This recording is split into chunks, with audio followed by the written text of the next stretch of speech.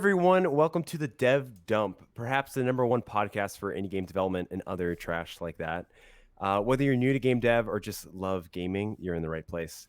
I'm Goodgis, and I'm joined by the boys, Barji, PolyMars, and Reece Geofroy. Why did I mess up your name? Welcome, guys. Reece, you need to change your It's name. okay, man. We can't be having. Yeah. We'll see what happens. This needs to happen.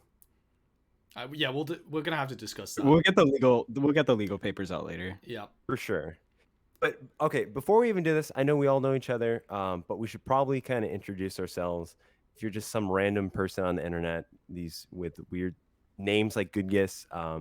So I'm Goodgis, and I am a full-time graphic designer that's trying to become a full-time game dev. I have a YouTube channel, and I talk about things like scope creep all the time. That's it. That's all I ever think about, really. And that's pretty much it. I just work on games in my free time, and I love doing it. Okay, I'm Barji. I am not a full-time graphic designer. I'm currently at school. I'm studying computer science, and I make videos just on pretty much everything. Mainly challenges. Sometimes I make some Unity games. Yeah, just having fun with it, really. That's about it. All right, so you probably already know me because I'm like famous, but I guess I'm also a student. I guess I'm like an aspiring game developer, kind of just like learning how to code by making games and talking about them on YouTube. Guys, I'm Reece, and I guess technically I'm a full-time developer / freelance artist. That's just what I do, but I don't know. Yeah, I'm developing a game called Monster Tribe right now, and I just do freelance pixel art stuff. So yeah, make sure to wishlist Monster Tribe on Steam. Oh, I was gonna say that. Wishlist Monster Tribe on Steam. His last name is Geofroy, not Jeffrey. No. Let's clear this up. On the Dev Dump channel, Joffrey, actually. On the Dev Dump channel, it's Geofroy. Anywhere else? Yeah, Reece Geofroy. Yeah, that's it. I could go by Jeffrey or Joffrey. Yeah, that's it on the Dev Dump. We don't want to confuse the viewers. Wow. All right. I have a question for you guys. Let's start with you, Goodgis. I want to know, what are your end goals in terms of game development? Like, where do you see yourself going? What is like full time? Where's like the peak for you that you eventually want to get to? You know. I think my end goal is probably to have a studio and to do less of the grunt work. I already have a studio called Feareth, and we have about 8 people in it. And I would love to actually start employing them and paying them. And it's actually awesome because of YouTube and because of growing on itch.io and Steam and Discord. Yeah. I've actually been able to start contracting people out and paying, and that's a cool thing. So I guess having my own business would be the goal down the road. So yeah, like what type of games do you want to make? More like very small indie games, like lots of little projects, or like kind of a big one, or what? Basically my goal is to be like the new Nintendo. Right. Nintendo, they're fantastic. Literally, there's no studio that really rivals Nintendo in their quality and the way that they innovate. And I just want to do that, be the Nintendo of Ohio. Yeah. And yeah, I definitely want to try more 3D stuff. I'm a really big fan of like N64 style. They're like low res 3D games. Eventually I want to do some full scale games, but that's probably down the road when I have more free time and more people are working full time for this. So is it like just the polish of like Nintendo games that appeals, or is it more just like, do you like the style of game they make, like all the 3D Mario games and stuff? Yeah, I think it's a little bit of everything, but I think most important is probably like the atmosphere. The games just have for sure. lack of a better term, like aesthetic. They just have so much charm. And even growing up, I have a lot of nostalgia towards the games. They just feel safe. Like sometimes you play an indie game and you're not sure if like a decapitated head is gonna fall off out of the blue. Like I get that. You know that's not gonna happen. It's just like a safe, polished experience. Like if you find a bug in a Nintendo game, it's rare. Something's gone Yeah. severely Yeah. wrong. I definitely agree with that though. Like with Nintendo games, I remember Mario Galaxy 2 was a big one for me. Whenever I play that game, I'm like transferred to another world. Like nothing about real life is bothering me. You know, like I am completely focused on that Nintendo game. Like they definitely Yeah, have just- like a Yeah, I get that captivation too. It's like factor. a fever dream kind of. Yeah. It's I think it's just the music, the atmosphere, the art. They really do a great job of like establishing the lore. Like it's really weird too, just like a plumber running around. And, like if you think about it, he does everything They except for build. actual plumbing. But yeah. it just has this charm that, you know, not a whole lot of franchises kind of share. Yeah, they've got a lot of like signature things as well. Nintendo, like you know, like the pipe, the mushrooms. Like there's a lot of like there's a lot of like I don't know what I'm trying Everything's to an icon. say. Yeah. There's Everything's so an many icon. like icons with Nintendo. Like you see that and you're like, Lots of stuff I can steal for my own games. exactly. I know. I know that's one thing I want to do. They're great at franchising everything. Mhm. And think about it, they invented like half of the game genres that exist. Yeah. So that's one thing I would love to do as well, is like try to create a franchise of characters, like, you know, that like the classic old like Sonic the Hedgehog, Mario, I don't Man, know, yeah. Bubsy. No, not Bubsy. Yeah, I love that like 70s, 80s era of like arcade machine games. Like, you know, Donkey Kong, Centipede, Asteroids, even if they're not just Nintendo, that like vibe of just old games, there's just something about it. Yeah, and maybe it was because back in the day, like there was less games, so it was easier to make a franchise. I feel like now everyone has a character, and Yeah. it's so generic because there's like 10,000 characters based off of one single animal, so it's like nothing stands out. But I don't know. That's the goal. That's the dream. If I can do it, we'll see.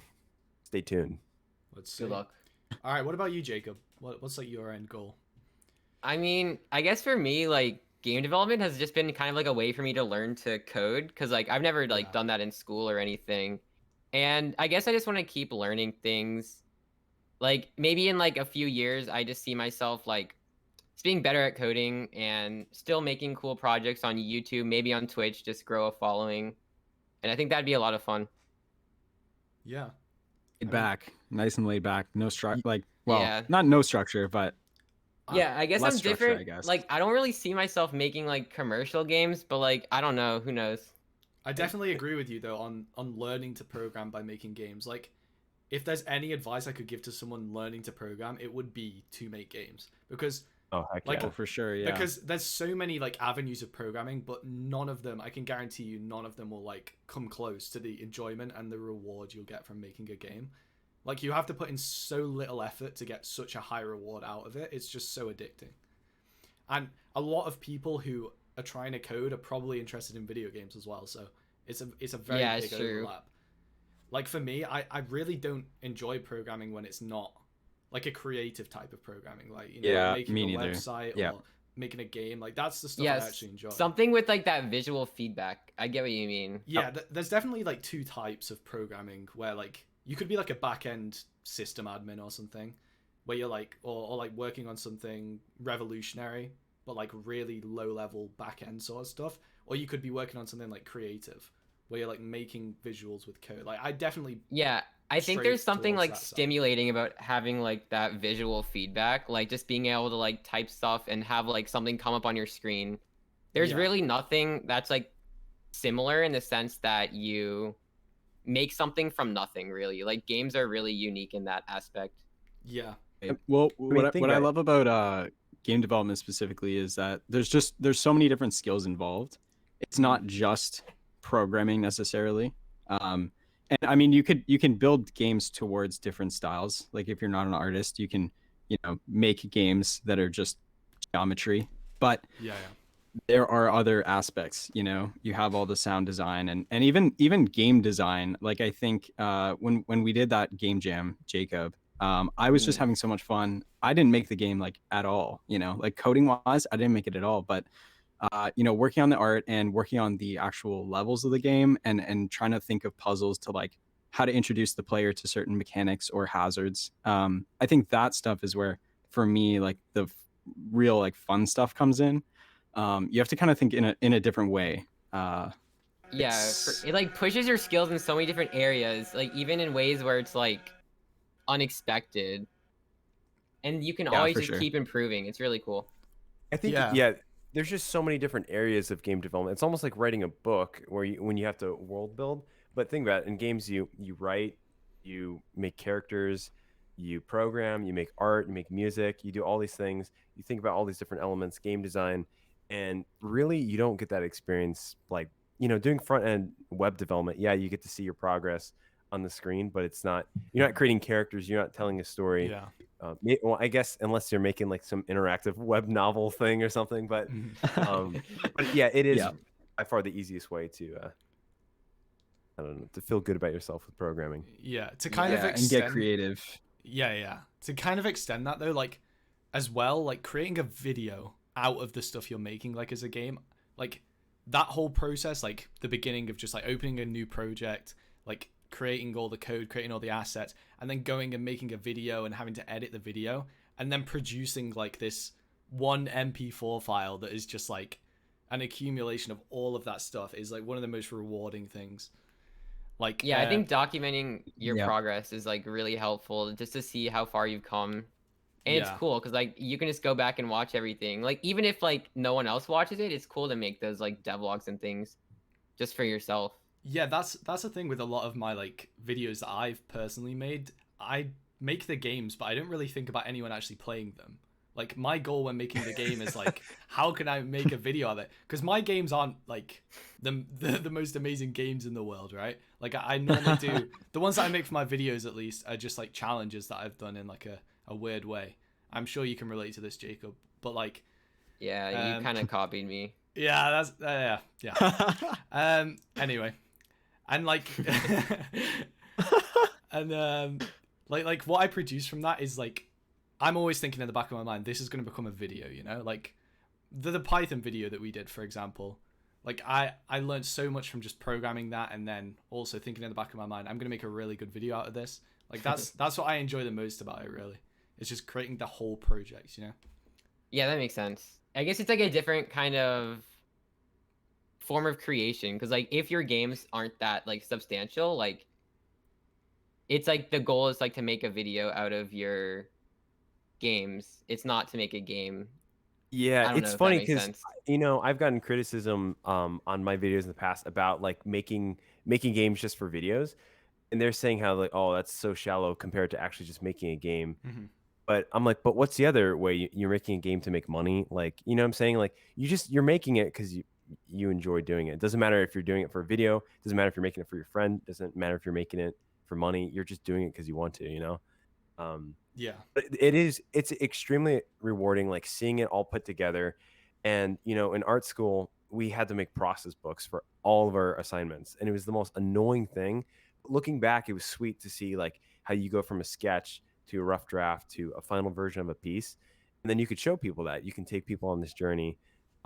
So I think like documenting it is like a really awesome part. I think that all of us are really lucky that we get to do and share with people. So Yeah. Yeah, I think one piece of Sure. advice I have Yeah. is like even if you don't post it anywhere, just make videos like about your games. Like even if you're just like talking to your camera, like saying like, all right, today I did this. I think it's super helpful. It's super cool to be able to see your progress.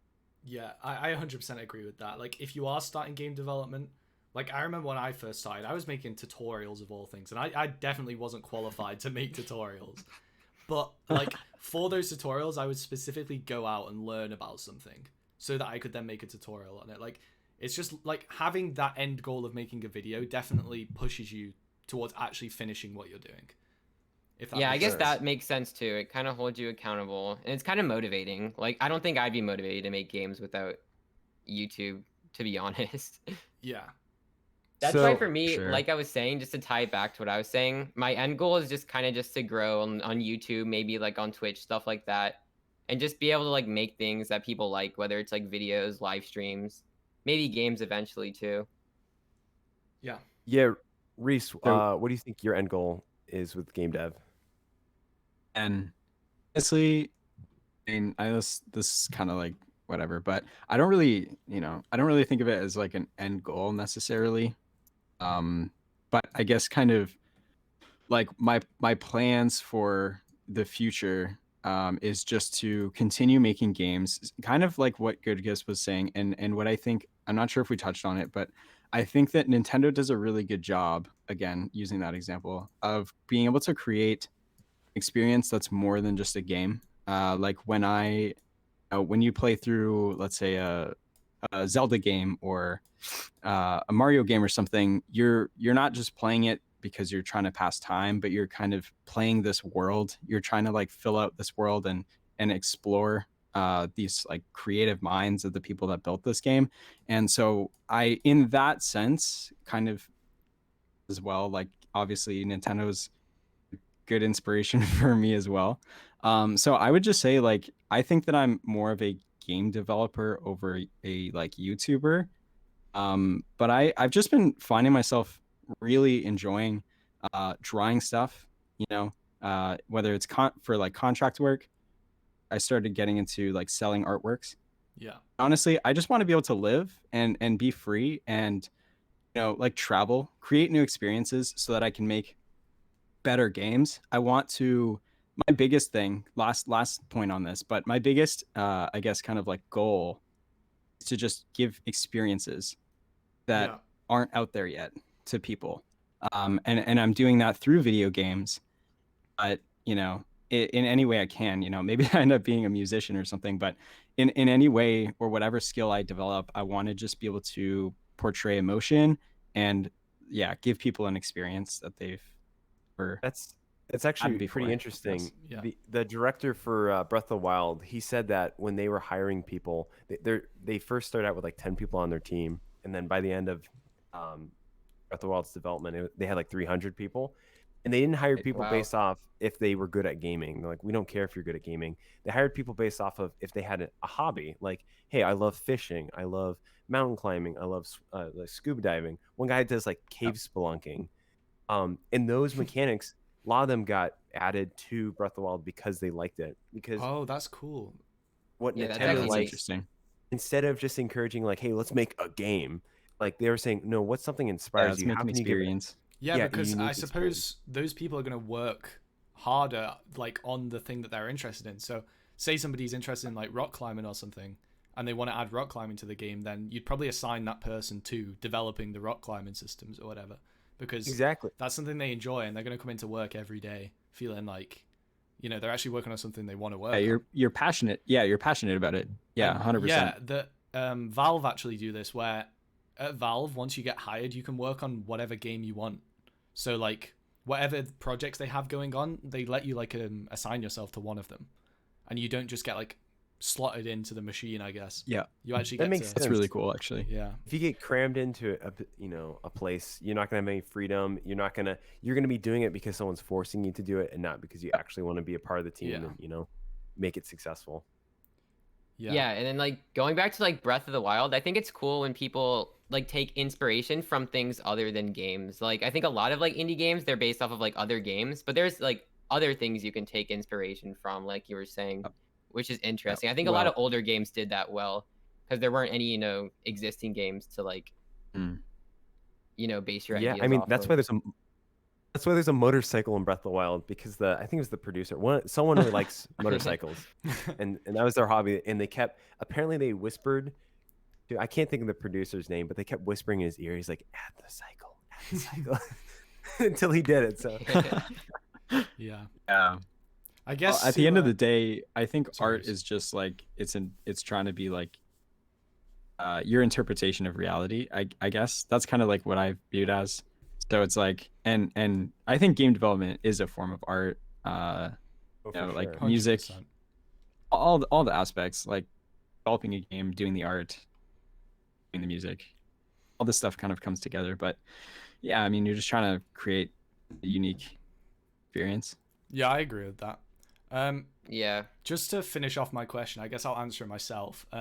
Yes. I actually don't know what my end goal is. A part of me like wants to go and start an indie studio and make cool games, because there's a part of me that like enjoys all aspects of game development. There's a part of me that wants to make YouTube videos. Of course, that isn't exactly viable forever, but I enjoy as I say, the process of making something and then also making a video on it and bringing that out and doing the challenges.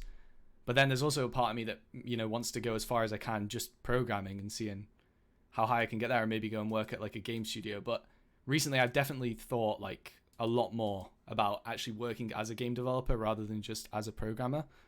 So I think whatever I do go into, it's definitely going to be game development related. I'm just not sure which way I'm going to go yet. I mean, I think that's something we can all agree on. Yeah, yeah, for sure. I don't think the the end goal is to plan out your future. I think that it's a web of opportunities, right? Yeah. So we don't know what the technology is going to be like 10 years from now, True. 30 years from now. So it's like, I don't think, especially in the tech world, I don't think that we can predict what our lives are going to look like. I know that I try to do this like a lot. Yeah. I'm always trying to figure out where's my next income coming from, or where's my next project. At the end of the day, I think we have to be able to embrace that side of the unknown, right? Because we don't know. We don't have control over what the world's going to look like in 30 years. So it's good to have an open mind. I think it's good that we're all kind of not sure exactly what we want to do. It's just opens the opportunities. It's just enjoying the process, like, because, who knows, like last year was a weird year that no one expected. And, we're just what we're doing now. So I think the main thing is, staying curious, always wanting to learn, and just, doing stuff because you're passionate about it. And it's not always going to be fun. Sometimes your passions are hard work, but I think ultimately, who knows where we'll be at, but I'm sure it'll be one heck of a journey. Yeah. Sure. Question, Jack. Thank you. All right. Good question. I guess it's my question now, guys. So this has a bit of background, but you know the indie game like Spelunky? Yep. Yeah. So the developer Derek Yu, he made this article that I thought was kind of fitting, where basically he took situations where he saw developers get stuck a lot and created some fictional like indie dev archetypes out of them. So there's like the Daydreamer, who basically has a lot of ideas but doesn't do anything with them. The Inventor, who makes a bunch of prototypes because they find them interesting, but then they quickly lose interest once they have to actually expand on these ideas. Then there's like the Burrower, who digs deep into like these like challenging technical stuff, but forgets about the bigger picture. So my question in short is basically, what indie game dev archetype are you? Okay. How about we like... I think this is dope. I think we switch it around first, and we're like... I think we should like choose for somebody else. Pin each other. Yeah. Each other? Oh boy. I agree. I think we start with Jacob. Someone pins me or I pin someone else? No, we're pinning you. Yeah. Oh, so gosh, I definitely know what Jacob is. I think I know. I think it might be clear. I don't know. Are we gonna say on 3? Are we gonna say on 3 or what? He's definitely not the Daydreamer. I can say that. No. Ready? Just 3, someone rip the Band-Aid. 1. Inventor. Oh, I think he's a Burrower. Yeah, I'm gonna say Burrower as well. I see myself in both. I mean, I can see that. I can see that for sure. Yeah. I think I would be an inventor. Like, I would fall into that trap if I made bigger games, but all of my games, like, their scope is basically non-existent. Yeah, that's true. I think in terms of like your I would ideas, say Burrower. Yeah, that's fair. You are very good at coming up with ideas, but in terms of like your projects, I feel like you start them and then you just like have to get everything perfect. Like, you're definitely perfect. All my games are shallow, and like I think I fit into the Burrower. Like, I remember for the GMTK game jam, like it was like 48 hours, right? Or no, I think it was 70. I don't know, it doesn't matter. But the point is, I spent most of the time like trying to make like procedural animations in SDL for the player character, and then I had no time to make actual gameplay or fix any bugs, and the game wasn't good. Right. Yeah. And that happens all the time. Like, well, I think even if you look at your videos, like a lot of your videos are just challenging, like, hey, I'm gonna port something on the Wii or the the PSP or whatever. Like, and most people aren't doing that. Most people are using Scratch. Like. Yeah. So you definitely. I get what you mean. I think like you always see people say like, guys, make small games. Always don't overscope. Like, scope creep killed go, my Crit. game. But like I think I kind of have like the opposite problem where my games have no scope at all. All my games are shallow and they probably could be expanded more. Like with Reese, when we did our game jam for Brackies, Spring Quest. like that Yeah. was the most Rest in like peace. in-depth game I had ever made, I feel like. It could Which be is kind of cool. sad considering it's like a Pick 08 like 8-bit dungeon crawler. But like I think I kind of like pushed myself because I guess we had ideas that we wanted to make and stuff. Jacob, I think a cool video for you would be to just like make a game, like go back from all these challenges and just I pick made a something- game. Think, Period. think of something you're comfortable with, like an engine or whatever, and just make a game and see how far you can take it. You know, Making a game. I think Yeah, that would be cool. that's scary. That would actually be a challenge for me. Yeah, Or even scarier. Don't even use like programming language. Use like a visual script, because then you can't Oh. get caught up in the weeds with that, and it's just purely about the game logic, and Yeah, that's hard. True. That's true. Yeah, I can't true. spend 10 hours on procedural animations. There was also the Python game I made where most of the development was me making a rainbow scrolling background. yeah. Wow. I think I spent enough. like more hours on that than the rest of the game. So yeah, I guess Burrower is my indie game dev archetype. Yeah, so the biggest risks involved with the burrower says rabbit holes and death loops, so polishing. I see that. I Yeah. mean, my games, I definitely see the death loop. The thing is, though, you always Right. leave the polish till the end, but then you actually get it done. You know, like if like for you, Jacob, you'll always be messaging me at like 9 p.m. or something, and the game's due at like 2 a.m. and you'll be like, all right, it's time to grind now, and the game will just like double in terms of polish in that time. It's like the last 10% of like your development is like 50% of the actual game, if that makes sense. You know? Yeah. He's a hustler. Yeah, Oh man, I guess that last day I've too. never failed a game jam. I guess that's one thing I have There going you for go. That's myself. true. Yeah. I have. Fair enough. Have I you? love Yeah, that word death the, loop. That sounds so intense. Yeah, I can list a few game jams that Jack Whoa, has failed. whoa! It's the Tantan art pack jam, where Yeah. basically Tantan hosted this game jam where it was like he gave us all an art pack. It was like a Mrs.'s kind of style thing. Totally wasn't a copy though. No, and I got a bit held up during that week, and literally there was 5 of us.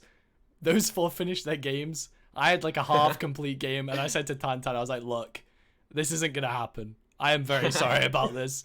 And so instead, I said, if you really want me to, I can record some like advice as to why I failed, because I feel like that's quite valuable. You know, what went wrong? Fair enough. I may have overscoped. I might have, spent too long on it, on like a feature at the beginning, whatever.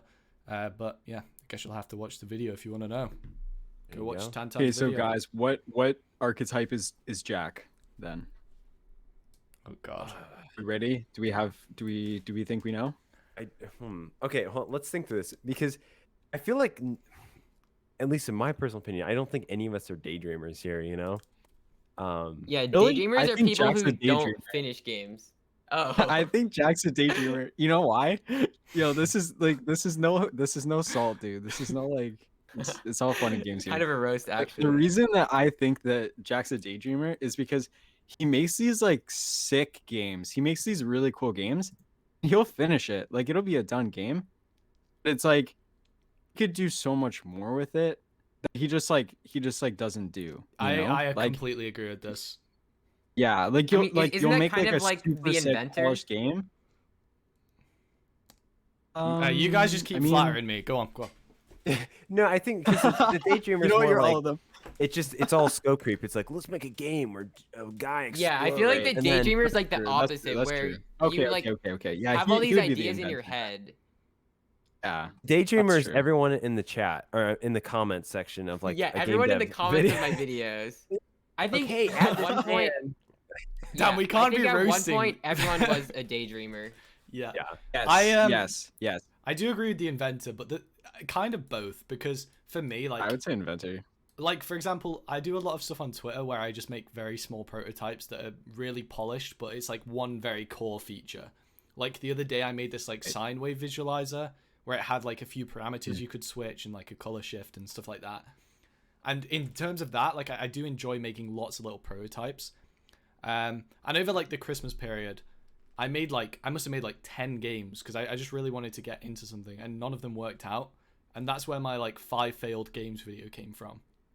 I said it was like 5 failed games over 2020, but they were pretty much all in December. Because around that time I just couldn't think of anything I actually wanted to do. But Daydreamer definitely, because when I start something, like as time goes on, I like very much lose enthusiasm, and that last push where Jacob's really good at like polishing and stuff, I don't have that. Like I have like bursts throughout, but then at the end I just really want to get things finished, and that's something I really need to improve. Yeah, so I guess you would be the inventor, because the biggest risks, the biggest downfall is death loops restarting. Yeah. Going back to the beginning, trying something new.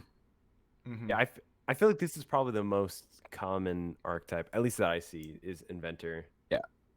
Yeah, that's most, especially like with the whole YouTube game developer thing. Like that's kind of like the entire niche. Everyone makes little projects like game jam videos, things like that.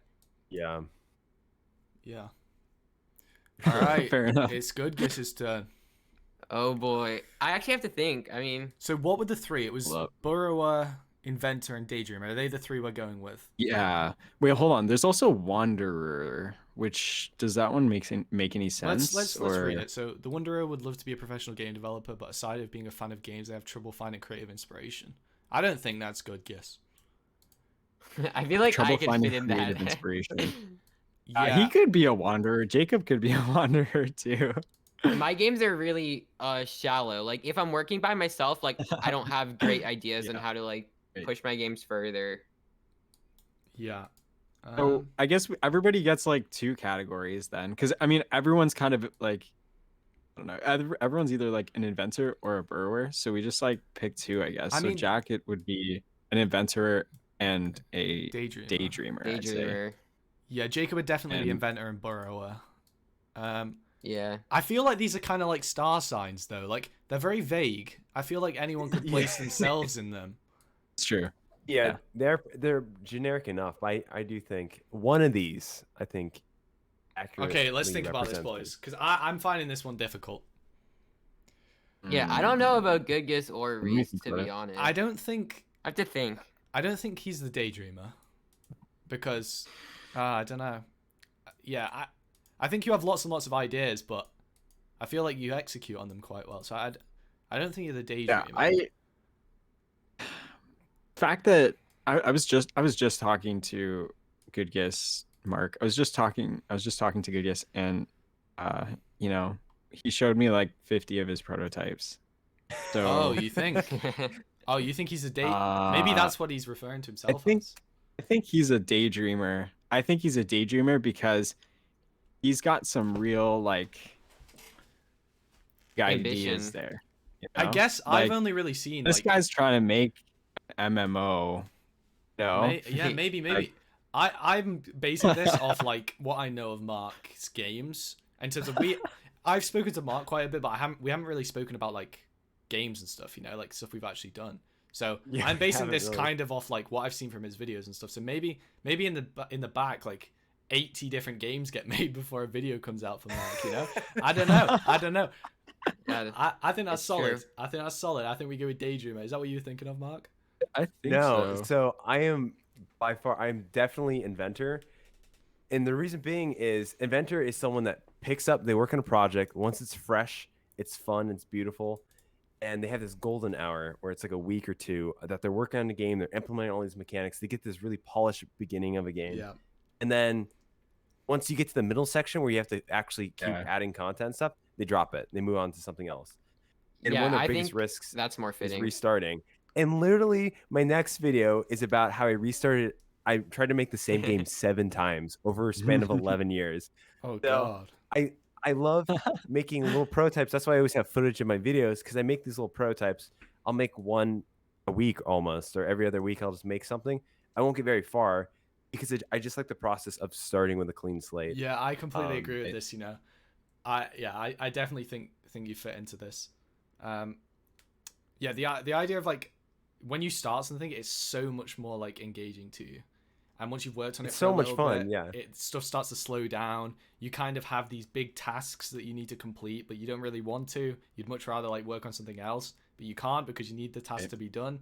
And it's like, yeah, you definitely get to this point where it's like, damn, I don't know if I want to keep doing this. You know, like it's really difficult. But then once you get past that, you kind of have like waves of that, where things just get like done really quickly, and then you get to a halt where you have to work on something big.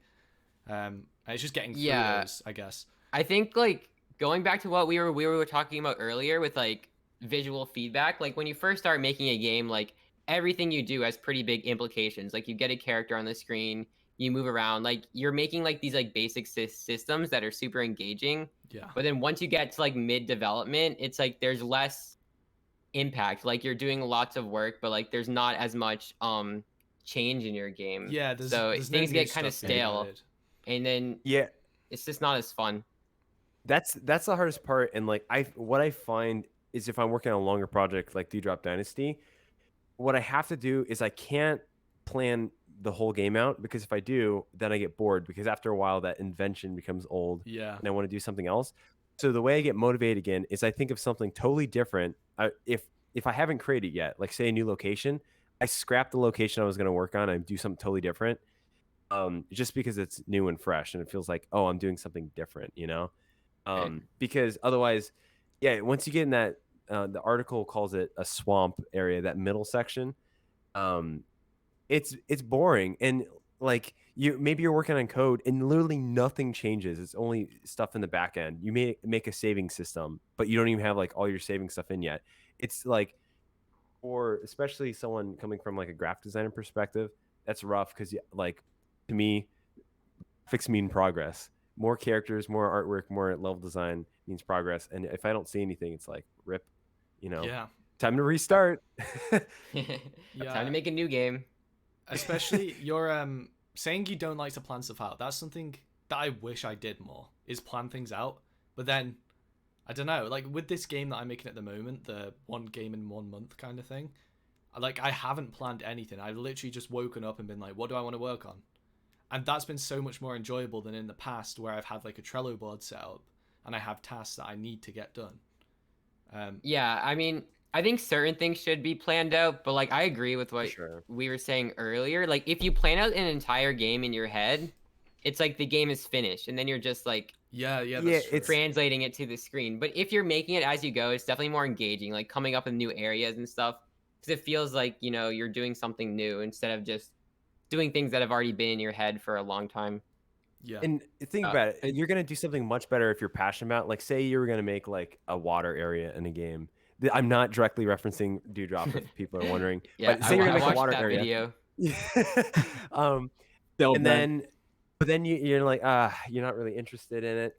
But then you think, I'm gonna make like a savanna. I don't know why savanna, but you're gonna make a much better area if you're actually passionate about it than just being like, I guess I'm gonna make a water area. You know, like, so there is like keeping things fresh and being passionate about it and not forcing yourself, because like you said, it is rough. Like, oh, now I have this whole idea, now I just have to do all the work.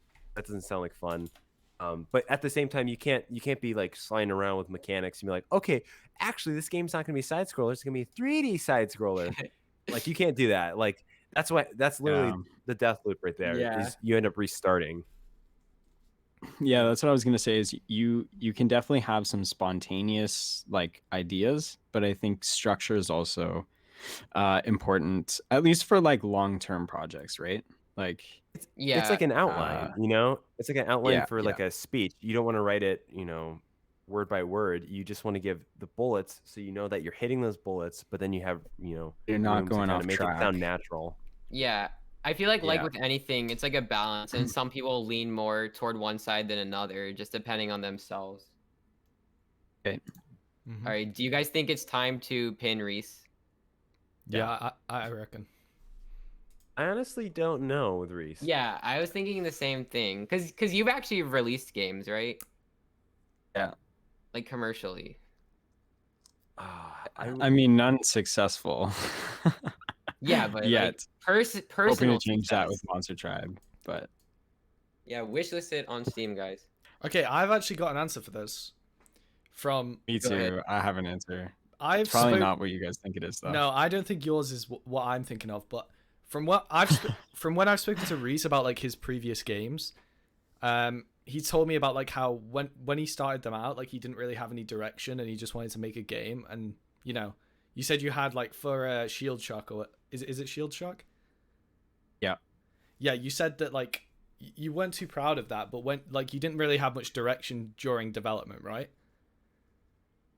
No, not really. That was a build as you go. Yeah, I'd say that kind of puts you in the Daydreamer category of like, I think you're very motivated with your ideas, but maybe you don't know how to put the blocks together sometimes. I mean, that's kind of like a wanderer, right? When you don't have the creative inspiration, but like, I mean, I'm not saying that you don't have creative inspiration, but I'm saying that kind of fits what you're He describing. is throwing shade. I kind of think it's the opposite. I'm not calling you out or anything. No, it's all no. It's all fun and games, guys. I'm kind of saying the opposite to that, though. I think Reece has a lot of creative inspiration. Like, I think he has a lot of ideas, but he just finds it difficult, maybe to, or in the past has found it difficult to actually find out what he needs to channel that inspiration into, and what project he wants to work on and stuff. I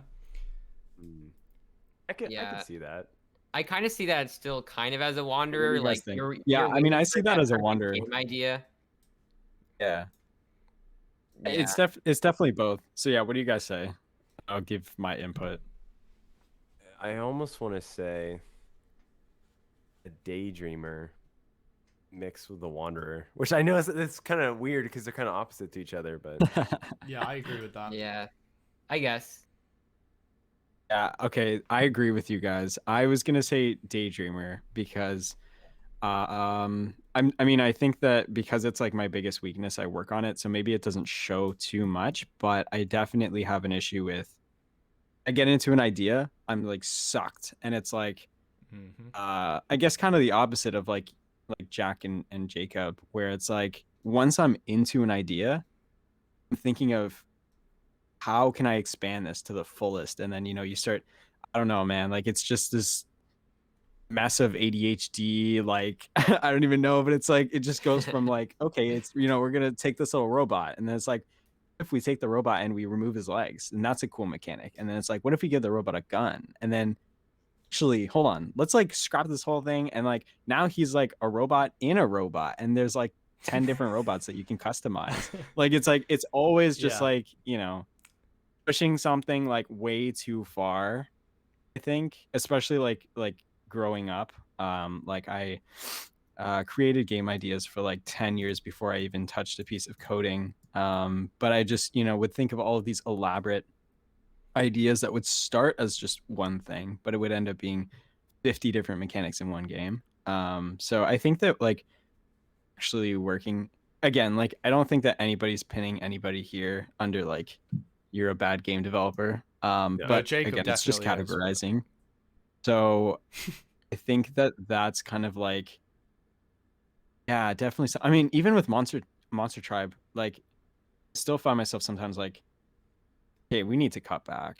Like there's too much stuff going on right now. Like, yeah, and so yeah, I think Daydreamer for sure. Yeah, I feel like what you were saying about like pinning people like no one's a bad game developer, I feel like they kind of balance each other out. Like when we were working on our Game Jam game, I feel like we definitely did like balance each other out. Like I was kind of worried about like overscoping, but you had all these like good ideas, like the like chest, like the lock and key. I don't know, I won't go into like specifics, but like basically like I think it definitely pushed me to make a more like in-depth game. So really, it's all of like these can kind of be like strengths too. Well, and I realized that 100%.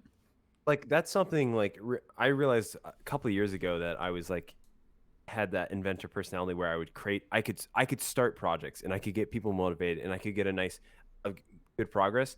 And what I ended up doing was I surrounded myself with people that were good at finishing things, like good at during a project, like midway and towards the end.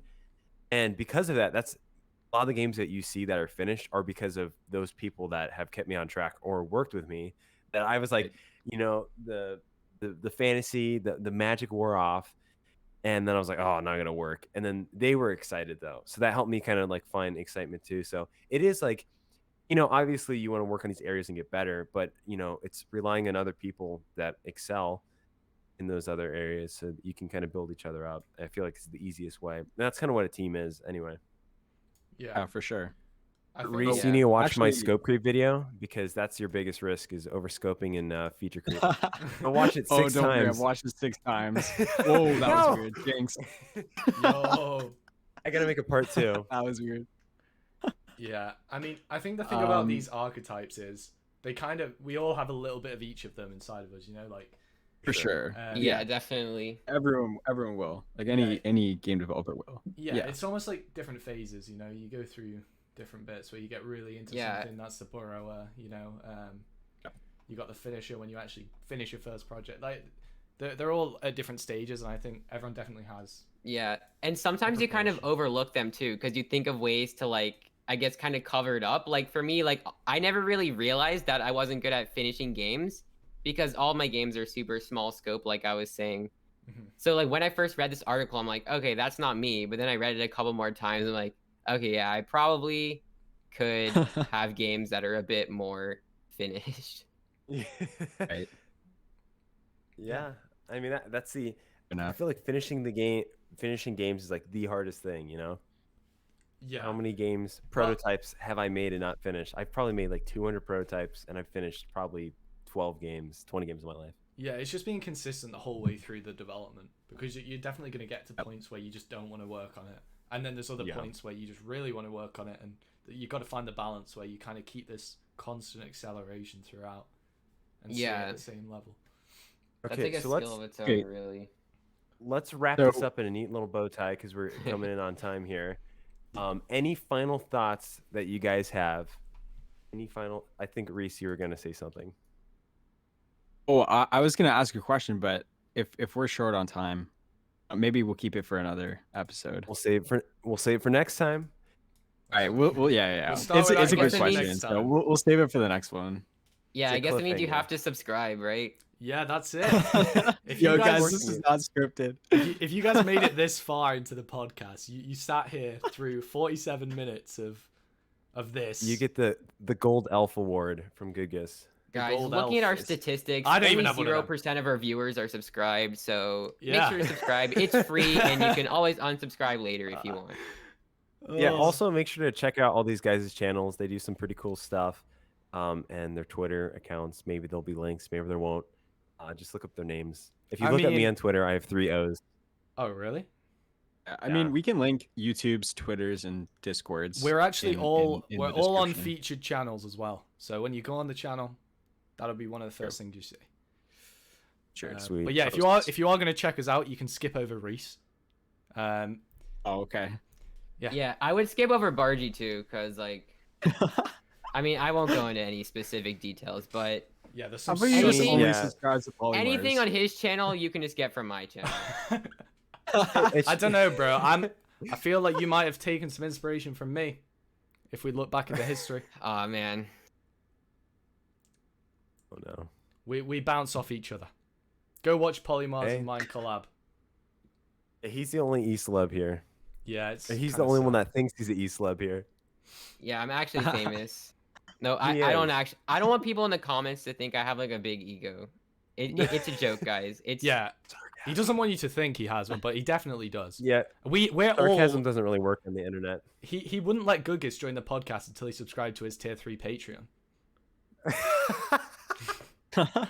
Yeah, this is actually exclusive. This is the PolyMars podcast. If you want to join, be a guest. It's gonna cost you. Yeah, $500 a month. Yeah. The opportunity. no backers. Anyway, all right. Well, guys, we had some great conversations. We learned a little bit about each other. I feel like a little bit closer with all of you. Yeah. If you like this channel, make sure to subscribe Feel and it, Tom. stay tuned next time when we're gonna talk about some other spicy things. So stay awesome and don't be trashy. Bye, guys. Bye.